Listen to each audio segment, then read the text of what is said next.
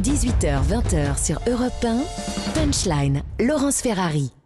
On se retrouve dans Punchline sur Europe 1 avec mes invités qui sont très en forme aujourd'hui, qui ont continué à beaucoup parler pendant la pause. Ça a changé les places, mais ça ne change rien. On se pose la question de la dépendance énergétique de l'Europe par rapport à la Russie, évidemment, gaz, pétrole, charbon. Et il y a évidemment les Français qui voient les prix à la pompe s'affoler. Les Français sont absolument sidérés lorsqu'ils vont faire leur plein aujourd'hui. Regardez et écoutez les explications de Florian Paume, Charles Baget et Yann Effeleux. Certains se demandent si les panneaux n'ont pas un problème. Plus de 2,36 € le litre de gazole dans cette station parisienne. Ça fait mal, ça fait mal. Et je suis sur les fesses, hein, vraiment.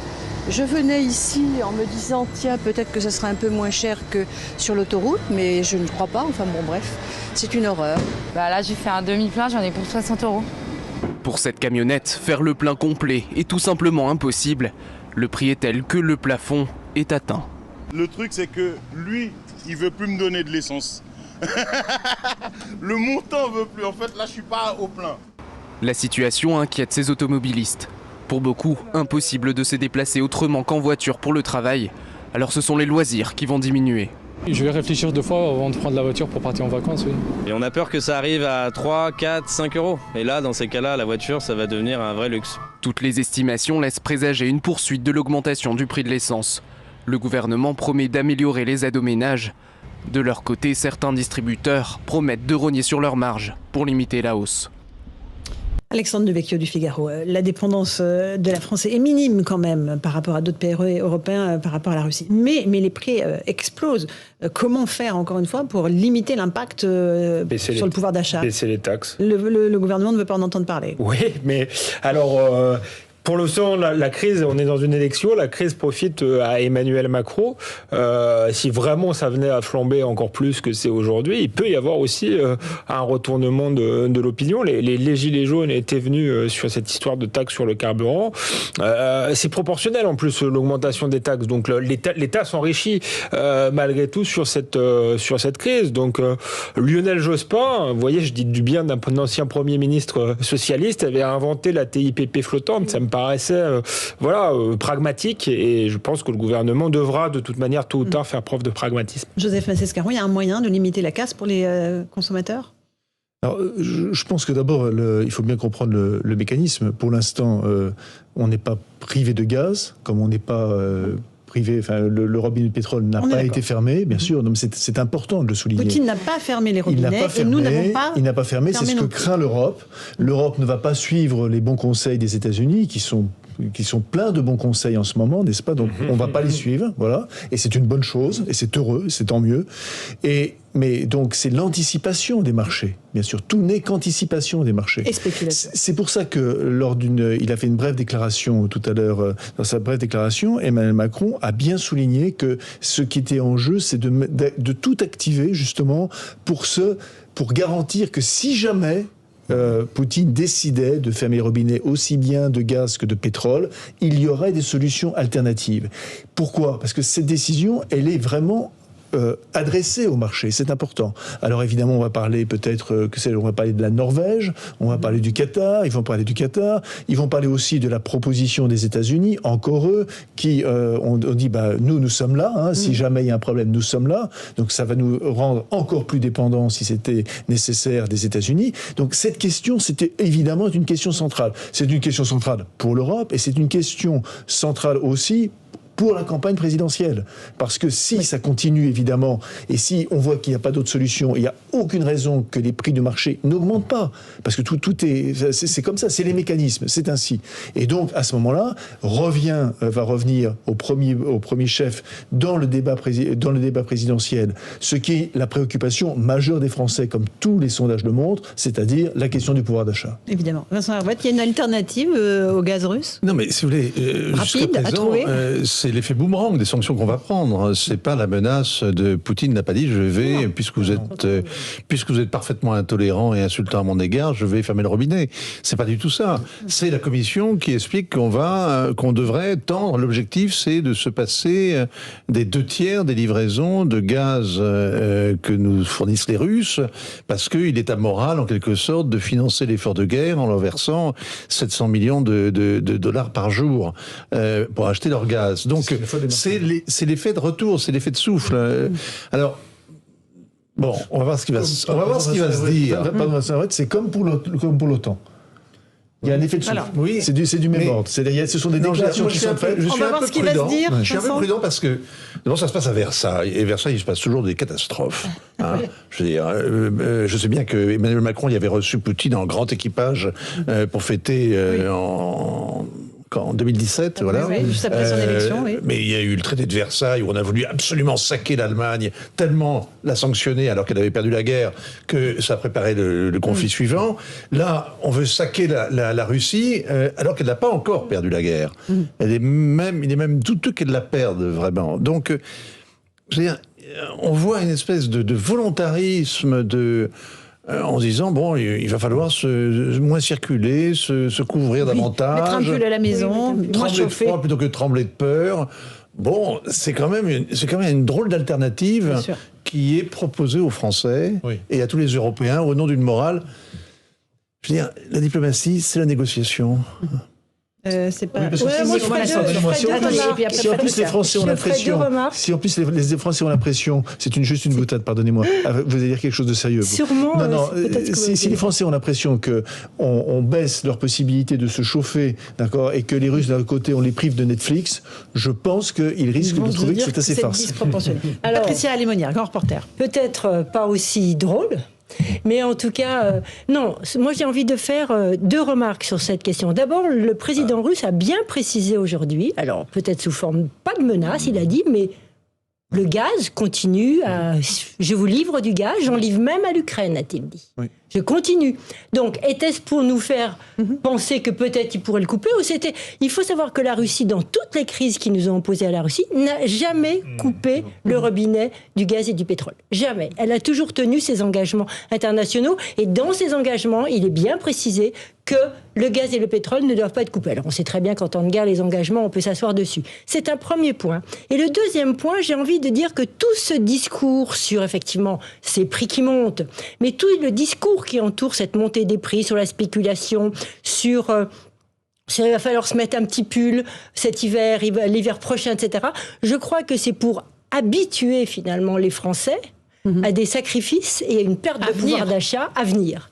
Ça participe de la peur ambiante qu'il y a aujourd'hui. Et au nom de cette peur, vous les Français, eh bien, vous devez accepter quelques sacrifices, si vous voulez être protégés. Et je crois que c'est un état d'esprit qu'on est en train de... Bien sûr, toujours le gouvernement par la peur. Voilà. Qu'il s'agisse du Covid ou qu'il s'agisse de la guerre en Ukraine. Oui, c'est ça. Voilà. Non, je pense qu'il s'agit réellement de tuer l'économie, le système poutinien. Il s'agit réellement de l'arracher du Kremlin en lui faisant payer extrêmement cher l'action qu'il a menée. Et comme on n'ira pas le chercher avec des armes, comme l'Europe ne connaît que les sanctions, elle n'a pas d'armée. Là, elle bande les muscles, et elle s'exalte à l'idée d'une Europe de la défense. Ça lui prendra 20 ans. Avant d'avoir de quoi commencer à tenir tête à une force comme celle des Russes. Donc, c'est les sanctions. Et les sanctions, elles tapent au cœur du régime. Donc, empêcher la Banque centrale de soutenir le rouble. Maintenant, frapper, interdire tout survol, etc., etc. Les sanctions sont de plus en plus dures. Pour l'instant. Mais là, on veut vraiment, comme l'a dit le ministre Le Maire, il a sans doute eu le temps de le dire, mais ce qu'il disait était vrai, on fait la guerre à ce régime. Eh bien, la guerre... économique, évidemment qu'elle aura des répercussions chez nous. On va conduire la Russie à la ruine, on va renvoyer des moujiks au fond de leur bois, mais vous inquiétez pas, ça reviendra par effet de souffle chez nous. Oui, mais comme vous l'avez dit très justement, en même temps, on verse tous les jours 750 milliards de dollars on veut baisser l'arme atomique. Parmi les sanctions, il y a une qui n'est pas une sanction. On veut absolument s'attaquer à ça, à ce nerf. Il va falloir s'organiser. Je suis pas sûr qu'on puisse baisser des 2/3 aussi rapidement que l'annonce la Commission européenne. Et ensuite, si on veut mener cette guerre totale, pourquoi pas, mais il faut être sûr de son coup. Moi, je suis pas sûr qu'on puisse arracher comme ça Vladimir Poutine du Kremlin.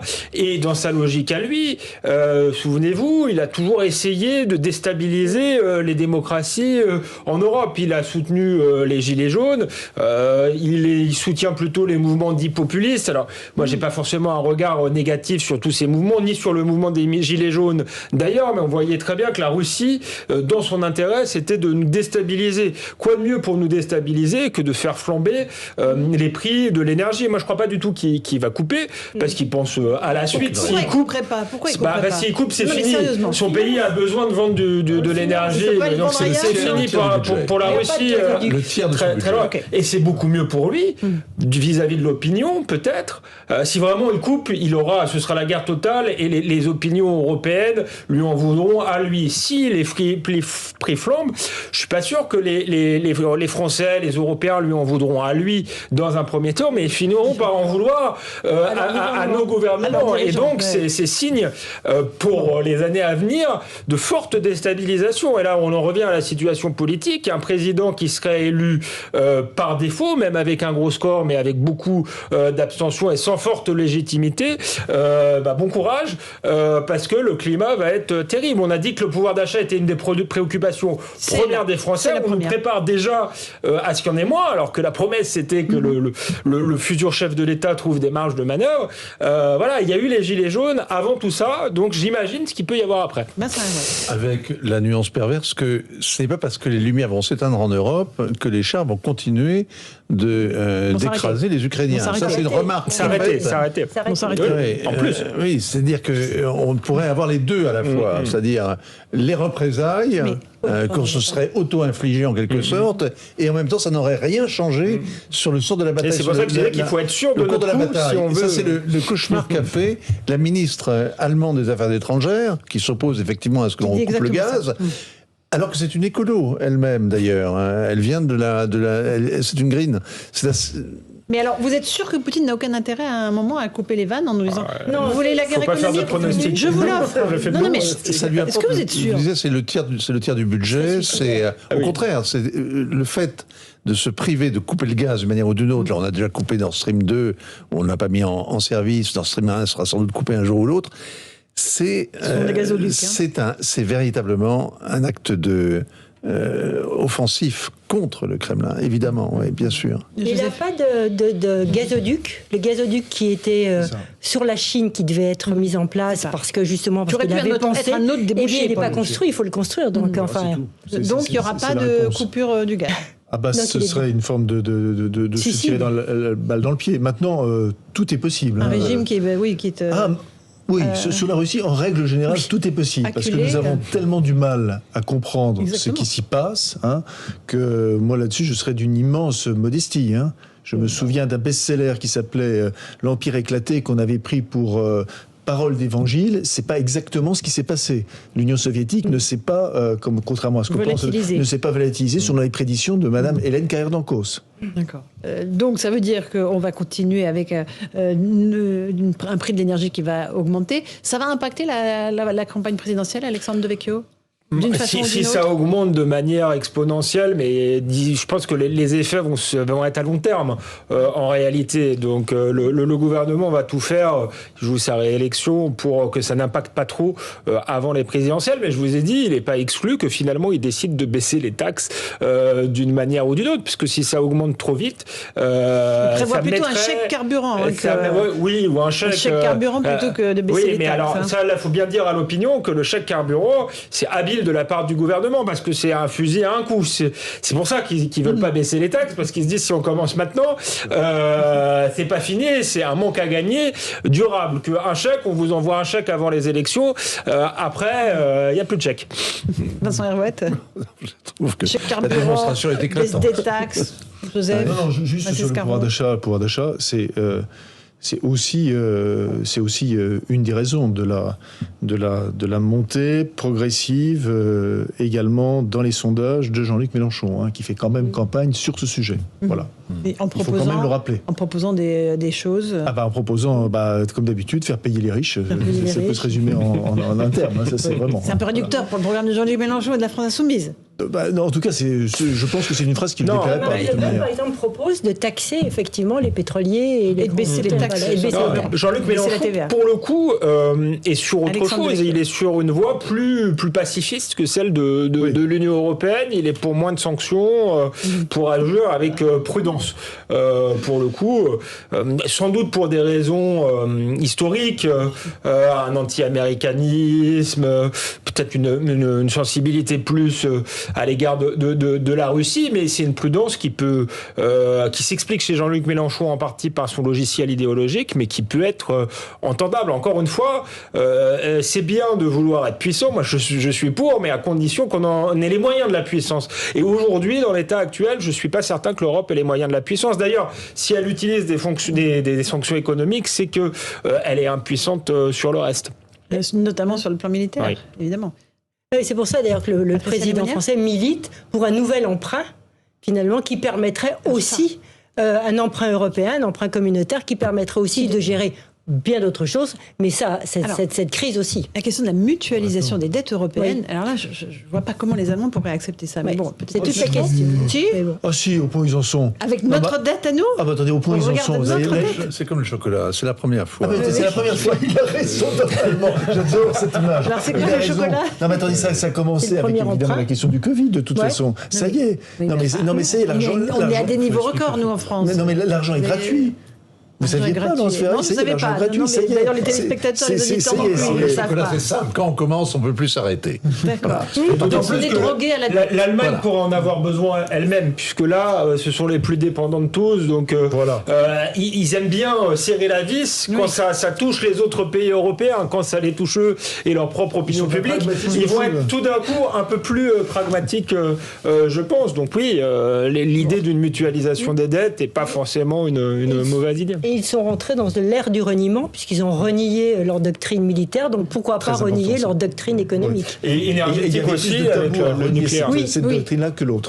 Vous avez raison. Oui, Alexandre. Non, ils sont en voie de renier aussi leur politique écolo qui consistait à fermer les centrales nucléaires. Ça va prendre du temps quand même, un tout petit peu de temps. On va faire une petite pause, on se retrouve dans un instant. En fait, c'est le bilan Merkel qui renie complètement. Oui, voilà. Il n'y a qu'en France qu'on a créé des péans pour Mme Merkel, alors que les Allemands, eux, ils sont en train de liquider le bilan. Okay. On va parler du drapeau européen. Il flotte à nouveau sous l'Arc de Triomphe. À nouveau, polémique politique de grande importance. On en débat dans un instant dans Punchline. À tout de suite.